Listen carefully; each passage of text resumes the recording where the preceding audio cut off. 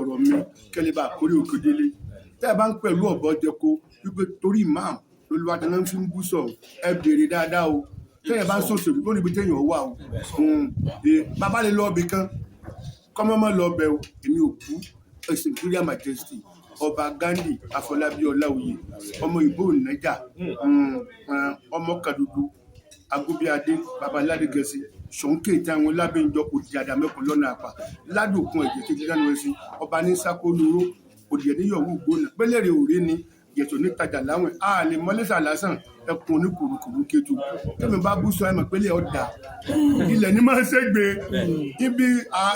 àpèrè sọ̀hún àpèrè tí bàbá jókòó sí àjọ níní ṣé wàá máa tọ̀ síbi àpèrè mi ni ṣùgbọ́n àwọn tó súnmọ́ sọ̀hún tí wọ́n ń kàn mí mọ́ kí a crucify wọn ibi àti crucify olórí gbogbo wa lọ kí ni sọ̀rọ̀ pọ̀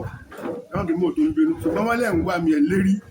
wọ́n ń lò dé káàkiri ẹ̀ dènà dèmí one with God is majority bẹ́ẹ̀ bá sà ń bọ̀ bẹ́ẹ̀ bá pé ogún ẹ mú ọmọ àbúrò ìyàwó yín lẹ́yìn tó ń lókùn tí ó délé ẹjọ́ dènà dèmí ò ní délé o.